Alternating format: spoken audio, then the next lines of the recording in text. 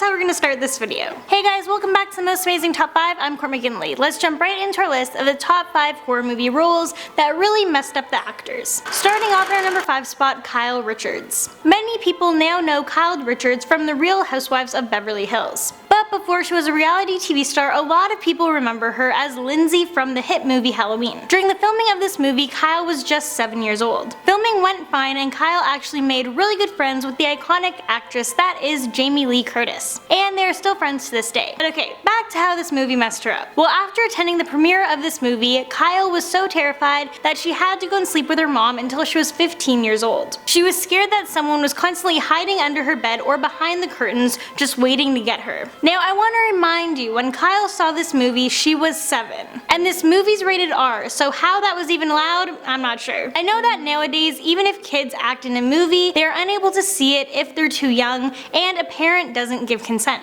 You guys have to admit, Halloween is a pretty creepy movie, so to watch it at 7 years old, yeah, that's going to freak you out. In at number 4, Linda Blair, better known as Regan from The Exorcist. This is pretty much known as one of the best horror films of all time. And at the center of it all, you have little 13-year-old Linda. So you would think that having been so young, this movie must have messed up her mind. But surprisingly, it didn't. She says that at the time, she didn't really know what was going on, and she just looked at it as acting. However, she is on this list, so the movie must have affected her in some negative way, right? Well, it turns out everything was fine until The Exorcist release in 1973. That was when Linda found herself hit with all of these questions in interviews about possession, faith, and Catholicism. Questions in which she was in no way prepared to answer. In an interview later in life, she said, "To me, The Exorcist was a work of fiction. I didn't realize that it dealt with anything in reality. And so when the press kept asking me about all of the devil stuff, it just kept adding to the pressure I was under. And it was an awful thing to go through as a teenager." At number 3, Ashton Kutcher. The film Jobs was the first biopic about Apple Computer's founder Steve Jobs. In order to get in the mind frame for this role, Ashton spent hundreds of hours studying tapes of Jobs in an effort to accurately replicate his hunched walk and mannerisms. But that's not all. Ashton also thought it would be a good idea to go on a very strict fruit-only diet just like Jobs did himself. But this landed him in the hospital. Jobs was known to be a fruitarian and followed a strict diet of fruit, nuts, and seeds. About this experience, Ashton said, "The fruitarian diet can lead to severe issues. I went to the hospital like 2 days before we started shooting the movie. I was doubled over in pain, my pancreas levels were completely out of whack. It was really terrifying." Now, this is also frightening as Steve Jobs actually died from pancreatic cancer. Coming in at number 2, Shelley Duvall. Shelley played a character named Wendy Torrance in the frightening film The Shining. The director of the film, Stanley Kubrick, made set a living hell for Shelley and really mistreated her. Others on set could tell that something was wrong with Shelley, but Stanley would tell them not to sympathize with her as she needed to stay in that mental state for her role. You guys might not know this, but the film was actually shot in chronological sequence, so people were really able to watch her character unravel on screen. But what people didn't know was that she was also unraveling in her real life as well. When the film wrapped, Shelley said that during the filming between May to October, she was in really poor health due to the stress of this role being so high. She let it be known that Stanley pushed and prodded her further than she'd ever been pushed before. She also admitted to it being the most difficult role she's ever played. During shooting, she literally got so stressed out that clumps of her hair would fall out of her head. There was one scene in particular that set her over the edge, and that was this scene.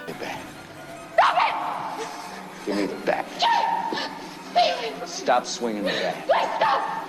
Give me the bat. The director had her redo the scene an insane 127 times. Unbelievable. This is a scene where the character is terrified and crying. Imagine being forced to do that 127 times over and over again. That would be exhausting and really mess with your head. Her co-star Jack Nicholson credited her part as the toughest job he'd ever seen. He said if roles were reversed, he didn't know if he'd be able to do it. And in at number 1, Adrian Brody. For this role in The Pianist, Adrian got really into his character of a man who lost everything by actually losing everything. He lost a ton of weight, sold his apartment, sold his car, got rid of his cell phone, and even broke up with his long-term girlfriend. He did this because he felt this was the only way to really inhabit a man who had lost everything, was to strip his own life down to absolute basics. And so that's what he did. He took 2 bags and his keyboard and moved to Europe. Also, the character he played was forced to scavenge for food, so Adrian went on a crash diet to lose weight fast. He ended up losing a total of 30 pounds in just 6 weeks. At his lightest, he was 130 pounds, which for a man standing at 6 feet 5 inches tall is dangerously underweight. About this he said, "There's an emptiness that comes with really starving, and I haven't experienced that. I couldn't have acted that without knowing it. I've experienced loss, I've experienced sadness in my life, but I didn't know the depression that comes with hunger." And on top of sacrificing everything and everyone in his personal life and starving himself, he was also practicing the piano for 4 hours a day.